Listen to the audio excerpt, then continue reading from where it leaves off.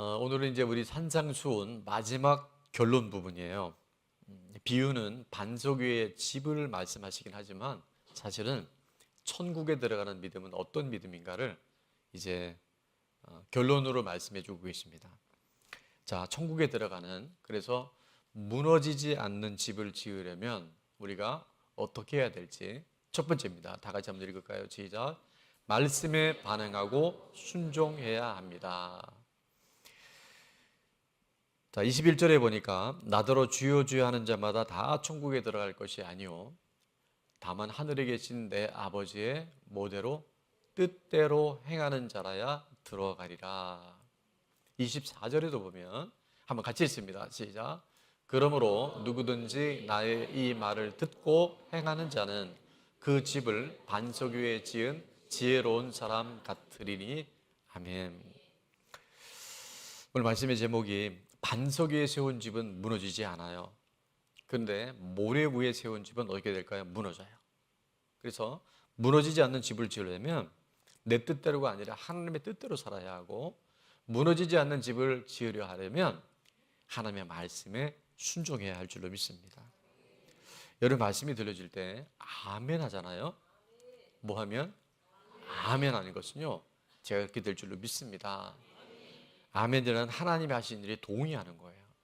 그래서 아멘만 잘해도요, 우리 믿음이 쑥쑥 자라나요. 말씀이 내 안에 들려지고 그 말씀이 내 삶의 실제가 되잖아요. 그럼 위기가 와도, 엄청난 고난이 와도 절대 무너지지 않고 다시 회복되게 되는 줄로 믿습니다. 말씀대로 살면 무너지지 않는 집을 짓게 됩니다. 옆에 분에게 시작.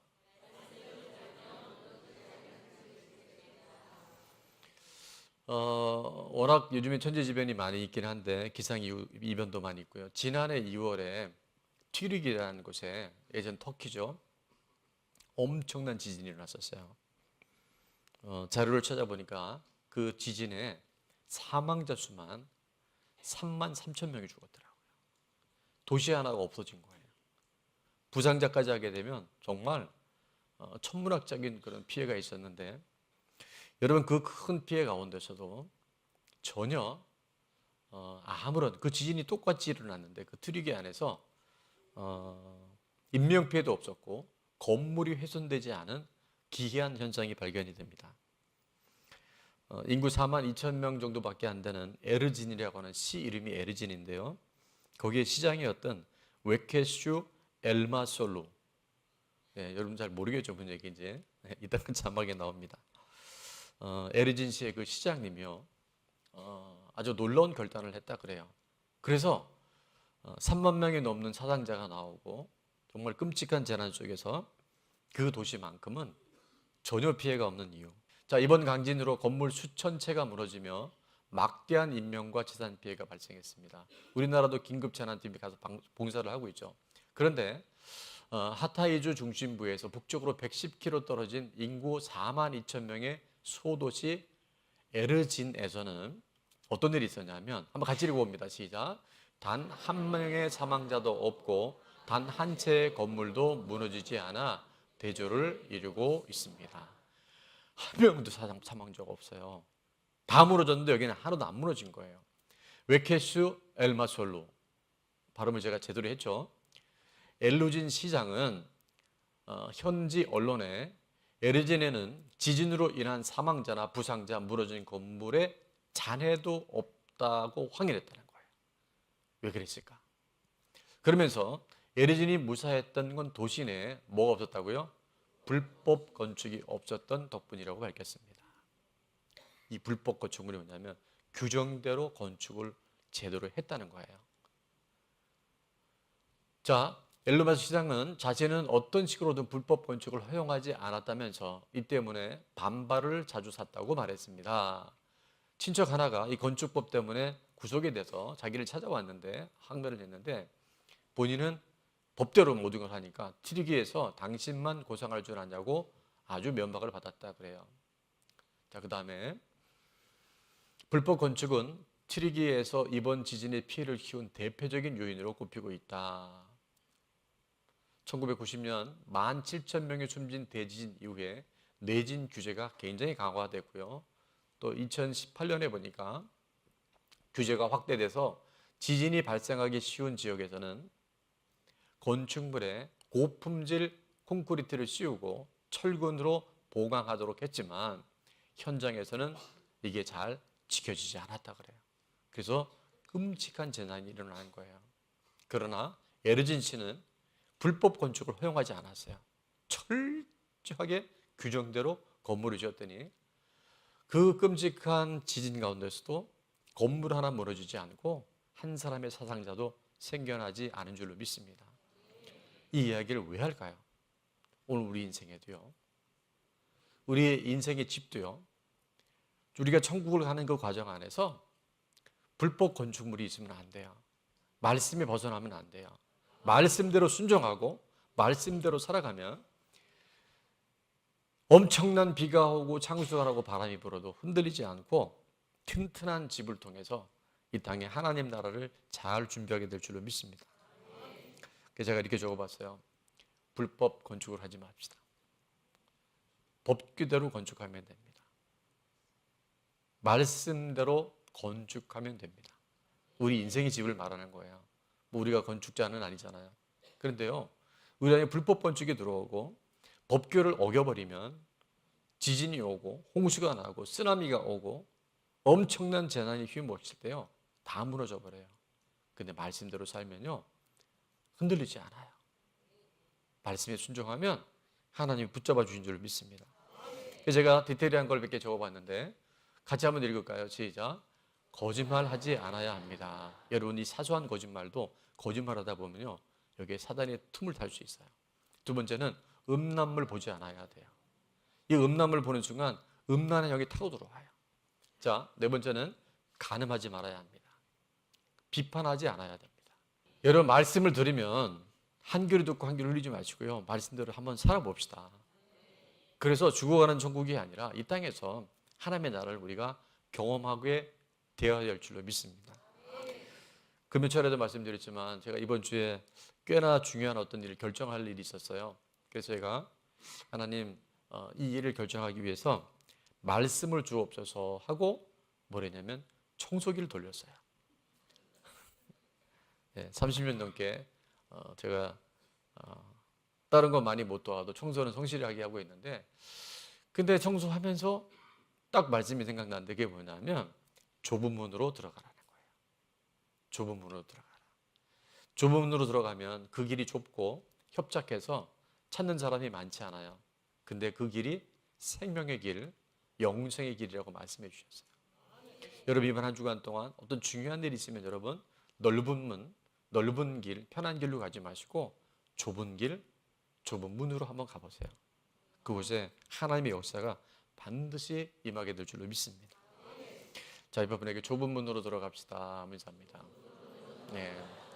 이 무더위에 주일 예배 나온 것도 이게 무슨 문이냐면 좁은 문이에요. 좁은 길이에요. 근데 여기에 영생이 있고 생명이 있고 은혜가 있는 줄로 믿습니다. 자, 적용 질문이다. 첫 번째, 말씀이 잘 들립니까? 말씀이 들려야 돼요.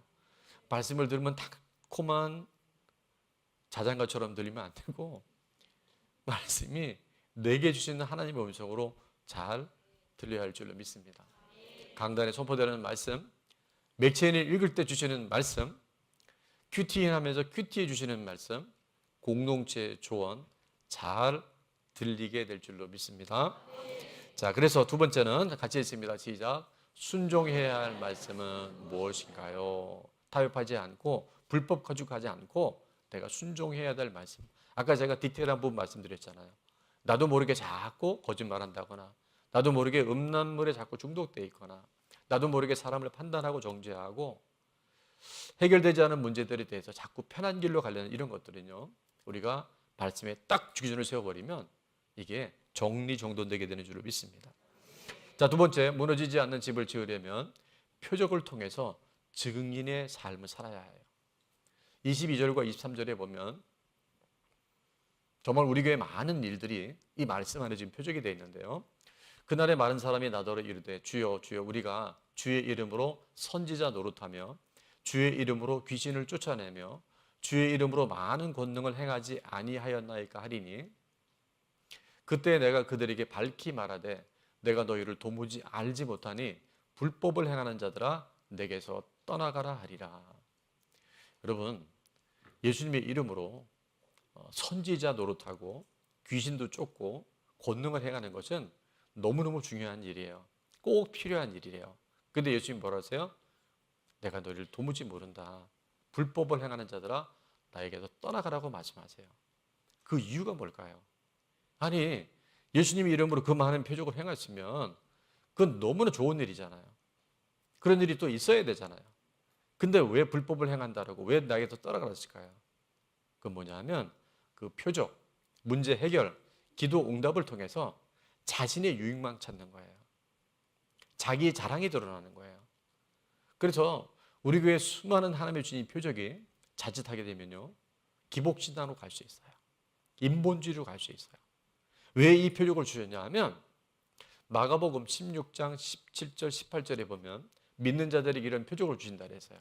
그게 뭐냐 하면 예수님 이름으로 귀신을 쫓아내며 새 방언을 말하며 뱀을 집어올리며 무슨 독을 마실지라도 해를 받지 아니하며 병든 사람에게 손을 얹은 즉 나으니라.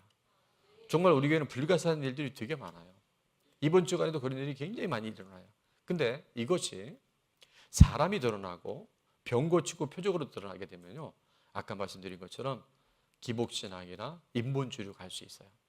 왜 이런 표적을 주셨냐 하면 20절 말씀에 이렇게 기록이 되어 있어요. 다 같이 한번 읽어볼게요. 제자들이 나가 두루 전합할세 주께서 함께 역사하사 그 따르는 표적으로 말씀을 확실히 증언하시니라. 아멘. 왜 표적을 주셨다고요? 말씀이신 예수님을 잘 증거하라고. 예수님이 살아계신다고. 예수님이 우리와 함께 하신다고. 예수님이 우리를 회복시켜 주신다고. 예수님이 우리를 구원하신다고. 그걸 증언하라는 거예요. 근데 그런 건 없이 나 응답받았어. 나 병 고쳤어. 기적이 일어났어. 그게 기복신앙으로 갈 수 있는 위험적 요소라는 거예요. 저희 재단에 보면 정말 엄청난 응답과 표적이 많았어요. 근데 상당수의 분들이 지난주 말씀드렸지만 김포 한강시의 독특한 컬러와 컨셉을 가지고 정착하지 못하고 또 떠나가시더라고요. 근데 그분들이 또 다른 어딘가 가서 교회를 또 정착하면 좋은데 그게 아니고 또 교회를 안 나가시는 분들 많이 계세요. 저는 우리 좋은 나무교회 등록하시고 하나님의 놀라운 표적을 많이 주시고 또 은혜를 주시면 이제는 화면에 뜰 겁니다. 자, 한 번만 띄워주세요. 다 같이 시작. 표적은 예수님을 전하라고 주시는 도구이며 선물입니다. 말씀을 잘 전하는 통로가 됩시다. 아멘. 또 하나는 뭐냐면요, 정착해서 일꾼으로 쓰임 받아야 돼요. 자, 방송 읽고 바로 위에 있는 거 한 번만 띄워줘 보세요. 시작. 정착해서 일꾼으로 쓰임 받아야 합니다. 예수님의 신실한 일꾼, 복음의 일꾼으로 쓰임 받기 위해서 표적을 주신 거예요. 근데 그것이 궁극적인 목적이 되지 않고 문제 해결에 머물다 보면 바로 아까 위험적 신앙이 될 수 있다는 거죠. 적용 질문입니다. 첫 번째, 내게 주신 표적과 간증은 무엇입니까? 우리 안에 그것이 없다면 여러분 금요철 하나 이제 9월 달부터 또 시작되는 기상 오기에 나와보시면 정말 하나님이 귀로 듣는 하나님을 눈으로 보게 될 줄로 믿습니다. 자, 두 번째, 그 표적과 간증으로 누구에게 복음을 전했으며 전해야 할 사람은 누구인가요? 지금까지 그런 표적이 있었는데도 복음을 전하지 못했다고 한다면 이제 여러분은 사명자로 증인으로 살아야 할 줄로 믿습니다. 그래서 적용을 제가 괄호에 넣어놨는데 11월 17일이 우리의 추수감사주일인데요. 그날 뭐가 있다고요? 새생명 전도 축제가 있어요. 지금부터 초청할 분들은 기도로 3명 이상 잘 준비할 수 있게 바랍니다. 자, 마지막으로 무너지지 않는 집을 지으려면 기초를 튼튼히 해서 고난과 역경을 잘 이겨낼 수 있어야 합니다. 24절과 25절에 보니까 자, 같이 한번 읽어볼게요. 시작. 그러므로 누구든지 나의 이 말을 듣고 행하는 자는 그 집을 반석 위에 지은 지혜로운 사람 같으리니 비가 내리고 창수가 나고 바람이 불어 그 집에 부딪히되 무너지지 아니하나니 이는 주추를 반석 위에 놓은 까닭이요. 아멘. 건물이 클수록, 건물이 높이 올라갈수록 뭐가 튼튼해야 된다? 기초가 튼튼해야 돼요. 여러분, 우리 좋은 나무 교회가 건축할 때 이 현장에서 일하시는 분들이 우리 교회를 이렇게 부르는 이름이 있었어요. 그게 뭐였냐면 반석 위에 세운 교회라고. 영상을 미리 보고 제가 설명을 좀 드릴게요.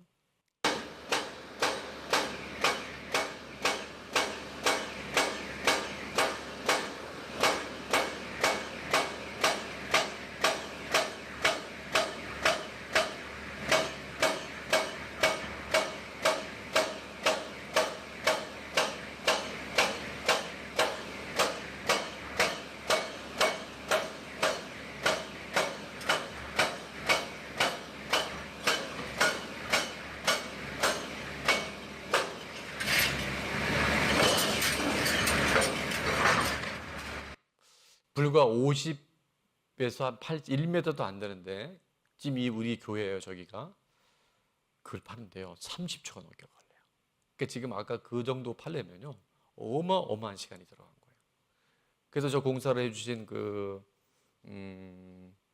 크레인 사업하시는 분이 일산 어느 교회 안수 집사님인데, 이게 돌도 그냥 돌이 아니라 저 돌이 청암이라는 거예요. 차돌보다 더 단단한 거. 그래서 제가 오늘 이 돌을 갖고 왔어요.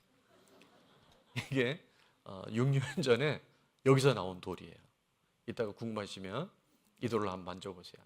이 돌이요, 저 브레카라고 하는 게 브레카라 그러더라고, 호주에서는. 원래는 일반 브레이크를 갖고 왔는데요, 아예 정말 이도 안 들어가는 거예요. 이빨도 안 들어가는 거예요. 그래서 아까 어떤 그 볼보라고 하는 그거는 우리나라의 그 당시에 무진동, 그러니까 진동이 없는, 소리를 최대한 줄인 무진동 그 브레이크가 딱 2대밖에 없는데 그 집사님이 갖고 있었던 거예요. 근데 이게 어디 있었냐면 전주 현장에 내려가 있었는데, 저희 교회를 건축하려다 보니까 그때 동일 스위트는 짓고 있었고 이 편 하나는 아직 입주 전이었기 때문에 정말 타이밍이 너무 좋았어요. 이제 일단 기초를 파야 공사가 시작이 되니까. 그래서 전주에 있는 이 무진동 포크레인을 가지고 올라왔는데, 이게 고속도로도 못 오니까 속도도 많이 못 내요. 그러니까 국도로 해서 무려 몇 시간인지 모르겠어요. 한 20시간 가까이 거쳐서 전주에서 이제 올라와서 아까 보셨잖아요. 저게 저렇게 때려도요 움직이질 않아요. 30초에서 50초 정도 때려야 그만큼 파여지는 거예요. 근데 공사 과정은 되게 불편하고 시간이 걸렸지만 이 건물은 어떨까요? 매우 안전해요. 만약에 지진이 나면 교회로 오세요. 우리 교회는 절대 무너지지 않아요. 원래 설계를 어떻게 했었냐면 주차장을 지하로 하려고 다 설계가 되어 있어요. 근데 막상 파보니까 이렇게 무시무시한 돌이 나온 거예요. 진짜 철강 같은 돌이 나와버린 거예요. 그래서 설계가 변경이 되어져서 원래 우리 교회 건물이 5층 건물이었었어요. 근데 지하를 파지 못하니까, 지하는 그래서 기계실하고 아주 일부만 파고 필로티를 해서 이 주차장을 이렇게 띄운 거예요. 그러니까 건물은 뭐가 됐을까요? 6층이 되는 거죠. 그러니까 합력해 하나님 손을 이루시더라고요. 기초는 튼튼하고 교회의 외형은 또 이렇게 웅장하고. 그러니까 하나님이 하시는 일은요, 우리가 이해할 수 없는 일을 통해서 하나님 놀라운 하나님의 일들을 이루신 줄을 믿습니다. 그 모든 과정을 통해서 정말 반석 위에 세운 교회, 든든한 교회, 말씀으로 살아가는 교회로 상징적으로 우리 교회를 세우신 줄을 믿습니다. 일본에 가면 그 임페리얼 호텔이라고 있는데, 이 호텔이 1923년도에 건축이 됐어요. 세계 3대 건축가 중에 그 설계사 중에 한 사람이 프랭크 로이드 라이트라는 분인데, 이분이 그 동경에 있는 임페리얼 호텔을 건축을 하면서 기초 공사만 보통 한 6개월 전으로 기초가 다 끝나야 되는데, 그것도 긴 시간이죠. 근데 이분이 무려 그 임페리얼 호텔을 건축하면서 기초만 땅을 다지고 기초 공사하는 데만 2년을 걸립니다. 그래서 많은 건축가들이 비난했어요. 왜냐하면 건축은요, 공사 기간이 결국 비용하고 바로 맞물려요. 근데 건물을 올라가도 시원찮을 때, 물론 2년 동안 기초 공사만 하니까 정신 나갔다, 별의별 욕을 다 먹었어요. 그리고 건물을 올리는 데 또 2년이 걸려서 총 4년에 걸쳐서 임페리얼 호텔이 건축이 되어져요. 그래서 완공된 이후에 뭐라고 얘기했냐면 불필요한 건축비가 가장 많이 들어간 대표적인 건물이 임페리얼 호텔이라고 그렇게 조롱을 했어요. 그런데 여러분, 호텔이 지어지고 52년이 지난 이후에 일본 동경에서는 어떤 일이 일어났냐면 큰 지진이 일어납니다. 그래서 모든 건물들이 다 폐허가 돼요. 수많은 사상자가 나와요. 마치 우리 트리게처럼. 그런데 동경 대지진이라도 불구하고 이 임페리얼 호텔은 외벽에 약간의 훼손 간 것 외에는 내부는요 아무런 훼손이 없었대요. 진동은 엄청나게 왔는데도 건물이 흔들리지 않았다 그래요. 우리는 신앙생활하다 보면 문제가 없길 바라고 위기가 없기를 바라고 고난이 없기를 바라는 것이 우리의 마음인데요. 그런 일들이 있습니다. 질병으로도 올 수 있고요. 경제적인 문제로도 올 수 있고요. 관계나 상처나 예기치 않았던 재난을 통해서 어려움을 겪을 수 있어요. 그러나 뭐가 튼튼하면 기초가 튼튼하면 예수 그리스도의 이름 위에 말씀 위에 기초가 세워지면요. 그 위기가 오고 비가 오고 창수가 나고 바람이 불어도 흔들리지 않는 든든한 집을 짓게 될 줄로 믿습니다. 우리나라 오명 중에 하나가 삼풍백화점이 왜 무너졌을까요? 성수대교가 왜 무너졌을까요? 기초가 튼튼하지 않고 법대로 지키지 않았기 때문에 그런 끔찍한 일들이 생겨났어요. 예레미야 12장 5절에 보면 이렇게 말씀합니다. 만일 내가 보행자와 함께 달려도 피곤하면 어찌 능히 말과 경주하겠느냐. 내가 평안한 땅에서는 무사하려니와 요단 강물이 넘칠 때는 어찌하겠느냐. 여러분, 아무리 없을 때는 괜찮아요. 모래 위에 지은 집도 그냥 집처럼 보여요. 그런데 때로는 말과 경주해야 할 만큼 위기적인 상황이 올 수 있다 없다? 있어요. 평안한 땅에서는 그냥 그저 그래요. 근데 요단강에 물이 넘치는 것처럼 내 힘으로 감당할 수 없는 일이 있을 때 우리는요 지금부터 준비해야 돼요. 지금부터 하나님의 뜻, 하나님의 말씀 안에 깊이 뿌리를 내리고 그 표적이 내게 주어질 때 증인으로 살아가게 되면요 주님께서 그 위기 가운데서도 우리를 붙잡아 주세요. 주께서 심지가 견고한 자를 평강에서 평강으로 지키시니 이는 그가 주를 신뢰함이니이다. 하나님 믿는 그 믿음과 말씀 안에 우리 삶이 튼튼하게 안전하게 지어져 가게 되는 줄을 믿습니다. 보석 감별사들의 얘기를 들어보니까요 다이아몬드나 특히 다이아몬드가 그렇대요. 진짜 다이아몬드인지 가짜 다이아몬드인지 우리는 육안으로 분별하기가 어려워요. 왜? 그냥 다이아몬드라고 하니까. 근데 그 다이아몬드가 진짜인지 아닌지 방법이 있답니다. 그게 뭐냐면 다이아몬드를 물에 딱 넣어보면요 다이아몬드는 진짜 다이아몬드는 물에 넣기 전에 영롱함과 그 빛과 색깔이 물속에 넣어도요 똑같이 보인대요. 근데 가짜는 물에 담그면요 흐릿해지고 빛이 잘 안 난대요. 여러분 인생에 그런 창이란 물이 들어올 수 있어요. 홍수처럼 올 때가 있어요.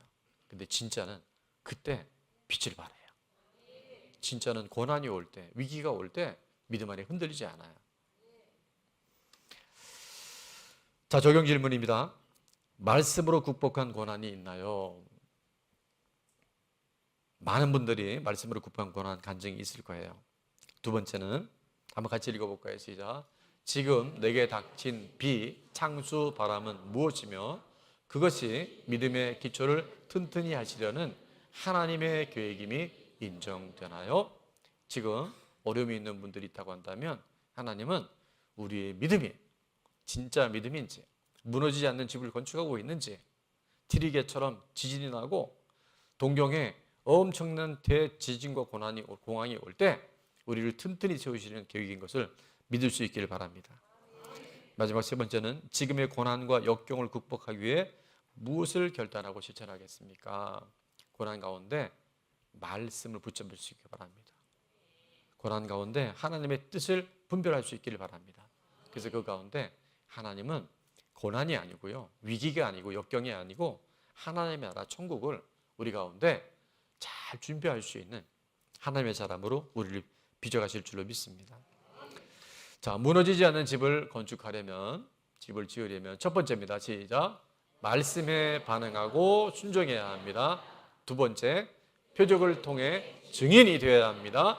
세 번째, 기초를 튼튼히 해서 고난과 역경을 잘 이겨낼 수 있어야 합니다. 아멘.